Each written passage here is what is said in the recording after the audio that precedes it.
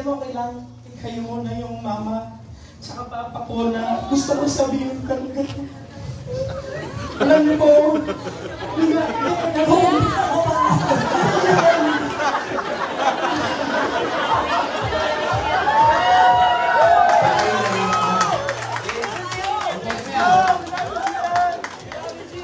alam niyo ba ito yan? Kasi ito sinabi ni Gemma, 18 years old. Nagpasawig si mama, 19 years old. Nagpasawig si papa.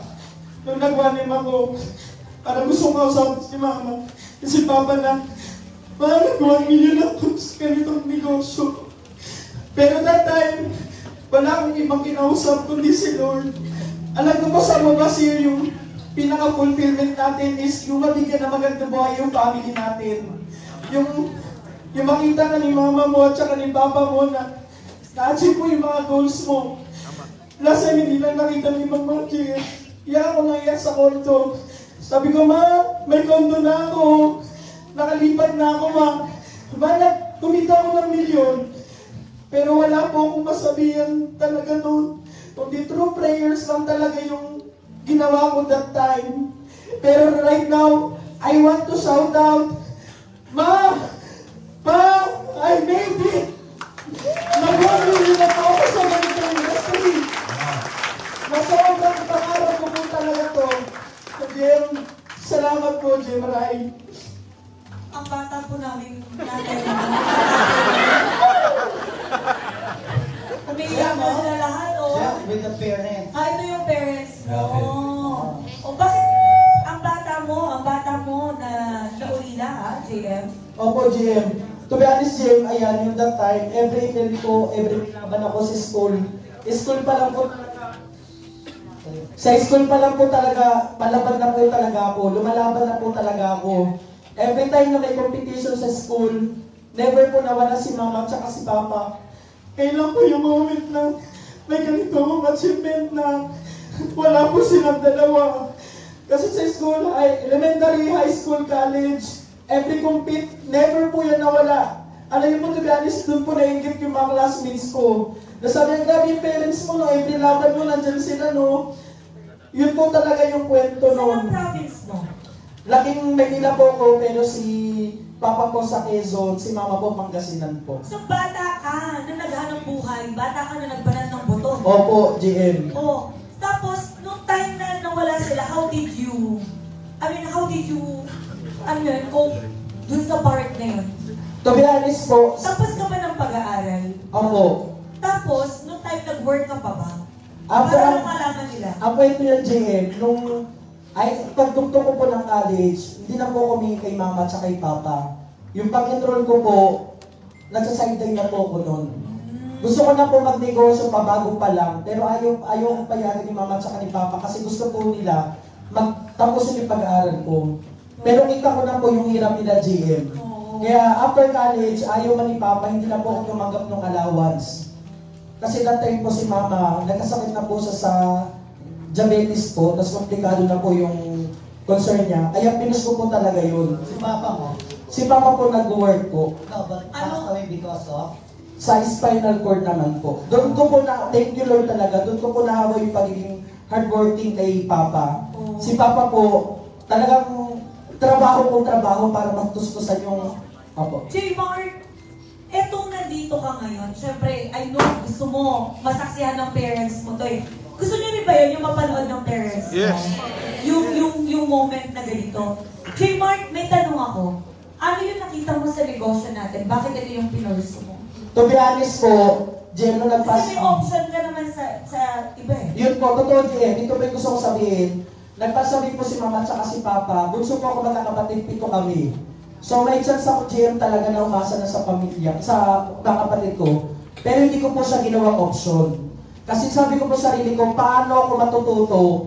Paano pag wala na ako mahingian? Hindi ko matutulungan sarili ko, GM. Oh, so ayaw mo umasa sa ayaw mga kapatid ko, mo? Bunso ka? Bunso po. Okay. Kaya po GM, that time po, pinasok ko na po yung ganitong negosyo at age of 18. Oh. So, nung pagpasok ko po, sabi ko sarili ko, ito na yung time na hindi na ako GM mag-inarte. Ito na yung time na hindi na ako magdududa. Ito yung time na wala dapat ako excuse. Kasi sabi ko, GM, wala na ako magulang na mabalikan, na tutulong sa akin. para matususan ko yung sarili ko. Biglang kami na naging parents Oh. mo dito. Oh. Jen, ito po yung time na nakit ko po si Jem sa BGC pa po yan. First time yan Opo. natin. Oh. Tapos, ito yung time na malakas na yung loob mo, wala ka palang pera, no? Oo, open. Then, Jem, una, nalulungkot ako sa mga parents niya. Kasi nung unang panahon, walang barley. Walang barley pa, oo. Kung may barley, Kahit pa paano na-extend pa, no? Oo. Natutuwa naman ako kasi may barley ngayon. Oo. Kasi yung mahaba buhay namin. Oo. Oo. Mahaba po buhay nyo. No, pero seriously guys ako I'm so touched. Bakit? Ang parents, isa lang yan eh. And how much we long, you know, I feel yung passion na to show them. Kaya ako, happy ko, I'm happy MJ, I saw the dad. Really? I'm Daddy, serious. no? Dad po ni MJ. Wow. Dad? Oh my! You're so blessed, Dad. Yes po. Oo. Galing. Guys, yun yung sinasabi namin na yung iba, may parents, pero hindi nyo na-share kahit yung product, yung business, yung success. Ngayon, natutuwa ako, even me, you know, my family is here, and I'm very happy. Like kayo po, at lahat ng nandito, this is a family business, don't miss it. Okay? This is an opportunity to gather together. Okay, ito po, hindi gusto niya, pero hindi na Coach, ginagawa. Yes. ang iba dito, nung nag-franchise, ang ginawa J-Mart, ang unang goal nila is kuhanan ng franchise account ng parents nila. Tama o mali? Tama. Kinuhanan ng franchise account. Maraming nanonood ngayon after nila mag-diamond, dinayamond nila yung daddy nila, yung mommy nila. Yun nga yung ginagawa nilang regalo eh. Tama. Pero si J-Mart, gusto yung man niya, wala na siyang maibigay na pang franchise dahil wala na nga. But then during that time, pag binalikan natin, ang tapang mo, nag-inquire ka, sabi niya sa akin, GM, ito na yung paraan ko, kailangan ko magbenta ng pusa for the first time. Nag-message ako sa group chat, pusa for sale. Totoo yan. Yes, GM. Gusto ko sanang bilhin, kaya lang 10 pusa ako doon. Nung time na yun, nasa 20 na. 20 na lang. Guys, nung time, pati si GM ka na-pa-message. Sinend ko yun, sabi ko, picturean mo lahat ng Totoo. pusa mo. Picture na ba? Sinend, guys, pusa for sale. Franchise na. Grabe. Napasend ako, pati si GM, pakisend mo naman mo. Kailangan na nito ng pang-sign up. Pero, alam mo yun, Grabe, sacrifice. sino dito nabibless kapag gusto may paraan? Maraming tao, gusto lang nila, ayaw nilang gawa ng paraan. Tama ba? Tama ba? Tama. May mga tao, may mga tao sabi nila, gusto ko ng negosyo, pero wala akong pera. Babalik na naman tayo sa sinabi ko nung nakaraan. Di ba nga mas lalo mo kailangan magnegosyo kasi wala kang pera? Tama. Mas lalo mo kailangan gawa ng paraan. Tama? Tama. So sa part mo, ginawan mo ng paraan. Opo, Jem. Para makapag-start ka. Makapag-start. Ang lakas ng loob mo talaga, J-Mart. Buti na lang may pusa, no? Yes. Kung wala kayong pusa, yung pusa ng kapitbahay ko. Gawa kayo para ulihin nyo. Makakaraan na. Smiling. Hi! Hello. So masarap ba yung kwento ni J-Mart nag-billion ako dahil Oh! sa pusa? Wow! Guys, anything aside. Hi! Hello. I want, sino yung mga bago nandito? Alright. Let me talk to you. You are so blessed. Blessed. If you have a money na pangkapital right away. Agree. There are a lot of people na nangangarap mapunta sa position mo na gusto magnegosyo pero walang pera. Tama. Walang pangkapital. Pag meron ka, pinakita ka, alam mo ang galing eh, pinakitaan ka ng negosyo na provide si Lord para sa'yo. Agree. Tama? Siya nung time na yun, naghanap pa ng way. And hindi lang yun, okay lang pa, share lang natin ang konti. The process of this guy, before siya mag-transfer sa condo ni Jet, kayo blessed, ang hinanap niyo extra income part-time. Siya, sir, ang hinanap niya na talagang malaking income na makakatulong sa kanya. Kasi nakita niya yung potential. But during that time, sa hindi po nakakaalam, alam niyo ba yung pagpunta lang ng office nung nag-uumpisa siya, hindi naging madali for him? Kasi wala siyang pangkapital, wala rin siyang pamasahe. Totoo yan. There was a time, nakwento ko na to before, there was a time na tuwing pupunta siya ng office, ang lagi kong nakikita sa kanya namumutla. Bakit? Hindi pa siya kumakain. JM, may dagdag po ako. May time na kausap ko, JM, yung CEO na Asia Pacific Group of Companies. Oo, CEO yun. Oh. Ganun lang po kalakas sa loob ko. Kumakausap ka ng mga CEO. Mga CEO po, grabe lang yung lakas sa loob ko kasi sabi ko sarili ko, alam ko yung negosyo. Legal yung negosyo na dapat hindi mo kahiya. Legal yung negosyo na talaga naman nakakapagbago ng buhay ng ibang tao. Tama. Lalo na yung part ko na walang-wala naman. Nakita ko ni Jeman, ang sabi sa akin ni Jeman, kumain ka naman. Hindi mo, sabi mo po, Jem, kumain na po. Pero pagkamputla po ako noon, that time, Jem, doon yung sa may tabi ng office. Pero kumakausap po ako, hindi alam ni Jem noon, na wala talagang kain, lakas ng loob. Inaral ko lang talaga yung negosyo, inalam ko yung execution ng negosyo. Doon ko ako na-bless na, alam niyo po, to be honest, yung mga GM, mga GL nyo, na tinutulungan kayo, more than the business na po yun. It's a family na po, na hindi nyo mahanap talaga sa labas yung ganong part. Kaya right now, alam niyo ba mga tao ko, kasi kami ang makausap ko lahat ng client niya, all out talaga yan. Kasi inisip ko yung part na nag-start ako. Kaya nga minsan pagkausap ko si Jeman, iba na yung ano ko, pero gutom na gutom na. Yeah. There was a time, Tito Roy, Tita Jet, there was a time si J. Mark, hindi ko alam ko wala siyang pamasahe. Kasi ang lagi niya i-message yung sekretary ko. Ganun lagi niya, kailangan ko si J. Mark. Kasi sabi lagi ng sekretary ko, si J. Mark po hindi makapunta, wala po siyang ganito. O sige, tulungan natin, ganito, ganyan. Tapos there was a time, nagpatawag ako sa BGC, sa Dennis, ng meeting. So, nagulat ako, pumunta. Sabi ko, paano nakisabay? Hala, umorder, kumain. Siyempre nasa mind ko, kami na ni Jemray magbabayad nito. Na-busy ako, may mga kausap ako. Hindi ko na namalayan. Maya-maya, nakalingat ako, nag-uwian na. So, nagkasingilan, nagbayad siya. Nung pauwi kami na sa kotse, iba yung iba yung pakiramdam ko. Sabi ko sa sekretary ko, tawagin mo nga si J-Mark, alamin mo nga kung nakauwi. Alamin mo, kumustahin mo lang. True enough. Nag-message, GM, buti po nag-message kayo, hindi po ako makauwi. Siningin po ako.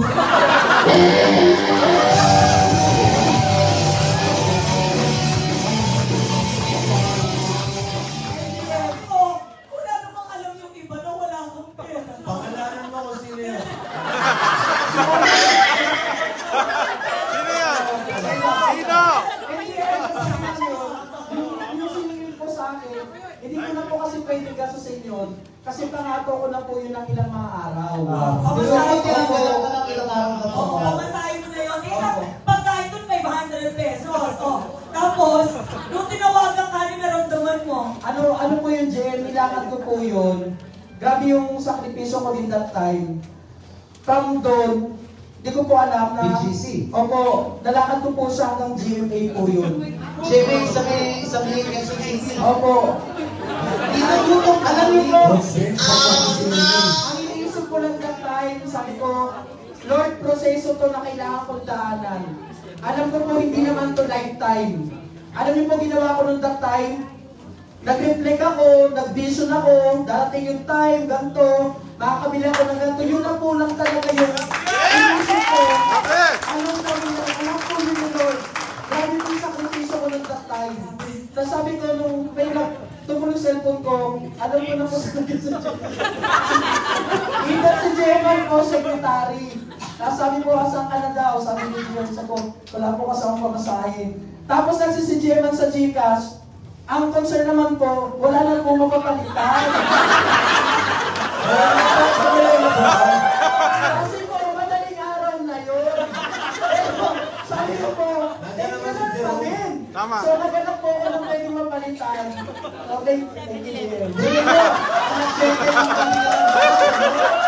Nakuwi na, madaling araw. Daling lakas. Sacrifice, GM. Grabe. Grabe, kaya pala. Edwin, after nun, pag nakikita ko na siya, alam ko na kagad di pa kumakain. Inuunahan ko na.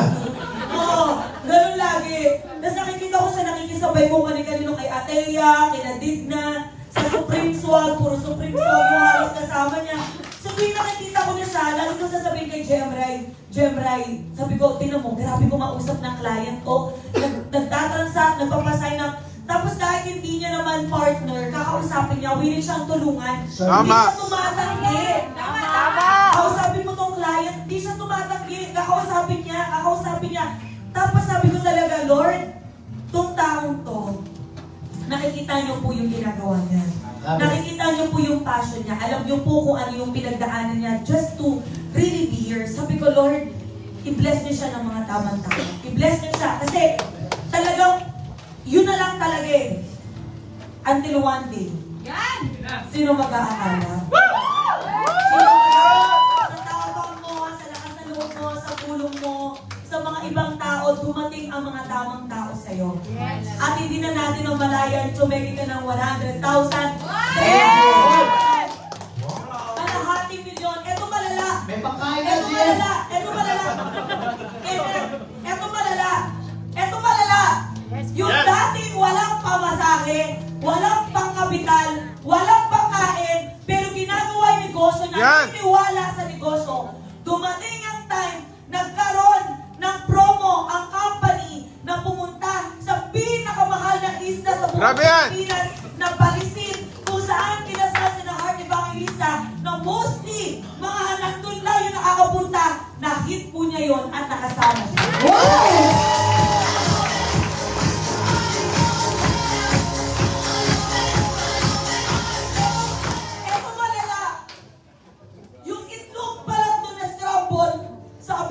Lasang steak na. Jem, yung breakfast sa Balisin, ako po talaga yung unang pumunta doon.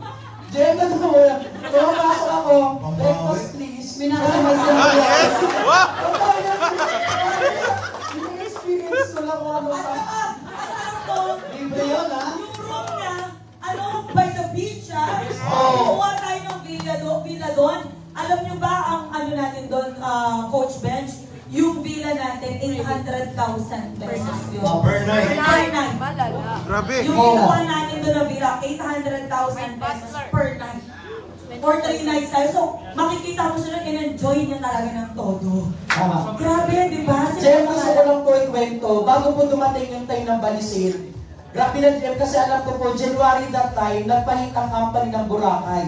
Tandaan niyo po yun? Yes! Yun po yung time na sabi ko, gusto kong mahit yung travel incentive. Kasi isa po yung dumadating, yung lagi ko iniisip, na kapag nagbigay ng ganyan ang company, huwag mong palagpasin. Dapat inihit mo. Dapat talaga inihit mo siya. Tama. Dumating sa time, nagtanim ako ng January Boracay, tinanim ko talaga, tinrabaho ko, inaral ko yung mga training ni GM-an, na-play ko talaga sa, sabi ko, hindi pwede na alam mo lang yung negosyo, dapat talaga ina-apply mo. Tama! Sabi ko, iba yung alam mo sa ina-play mo. Tama! And sigurado ako, yung mga taong alam lang, walang nangyari. Pero yung taong nag-apply, yun talaga yung may nangyayari. First month, hindi ko po na yung Boracay, hindi po ako na nag-doubt, nangina hindi. Mas tinodo ko, second month, nagkaroon ulit ng the farm po, hindi ko na-hit. Third month, hindi ko na-hit. Pero sabi ko kay Lord, ilalaban ko to. And dumating sa time, sabi ni Jeman, consistency is the nickname of success. Sobrang nilagay ko po sa puso yon. After 3 months, nasuko po yung Balisin. Yes!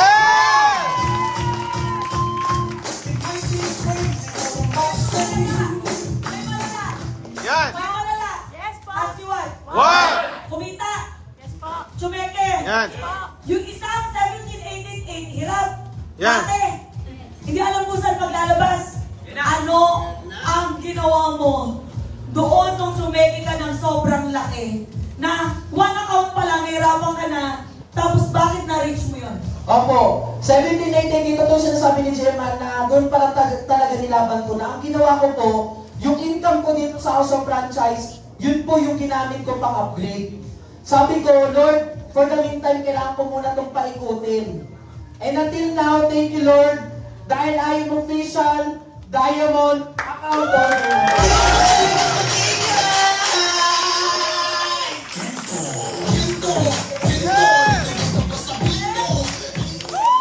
Kung meron dito dapat natakot, mag-upgrade ng Diamond. Sino yun? Si Jay. Bakit? Wala siyang pere. Maraming tao, nung sumeke, takot silang pakawalan, natatakot silang mag-upgrade, kasi feeling nila mawawala na. Tama. Alam mo, hindi pala totoo na kailangan mo yumaman para maging utak mayaman ka. Tama. Pwede pala kahit nandito ka pa lang, ganun ka na mag-isip. Tama! Tama? Hindi ka takot, malakas ang loob mo. Tama? Tama. Kasi kung meron dito dapat magsobe, alam mo yung sobe? Yes. Magsabi. Kung meron dito dapat nag-give na lang ng pera at natakot na maglabas, siya yun. Nung nagkapera, nung umikot, nung pumasok, kesa itabi, pwede naman na niya itabi eh. Tama? Hindi. Anong mindset niya? Sabi ko, gusto mong lumevel up ng todo? Diamond attracts diamond. Kung ang todo mo, And then, and thank you, Lord, kasi nung nag-diamond ako, last month, 7 po yung nag-diamond sa akin. Wow! Next na mga tayo. Ibang level, diba?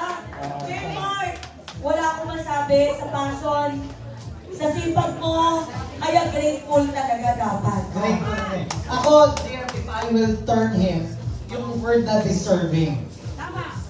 Kasi lahat naman gusto mag-succeed eh. Yes. Pero hindi naman lahat talaga willing. So ako, walang dahilan, gutom, pagod, walang pera, hirap. Lahat yun pinagdaanan. Galing ano? Kasi alam nyo, we just really need to become the right person. Galing. It happened to him. I believe it can happen to anybody. You just really have to deserve it. And maganda yung point niya na, diyan pinaghirapan niya yung mga travel. God's not saying no. Maybe God's saying not now. Tama. So kaya nung nakuha Agree. naman, talaga namang deserve na niya, binigay na po kay Lord. Kaya sa 1 million, talagang deserve talaga yan. Congratulations!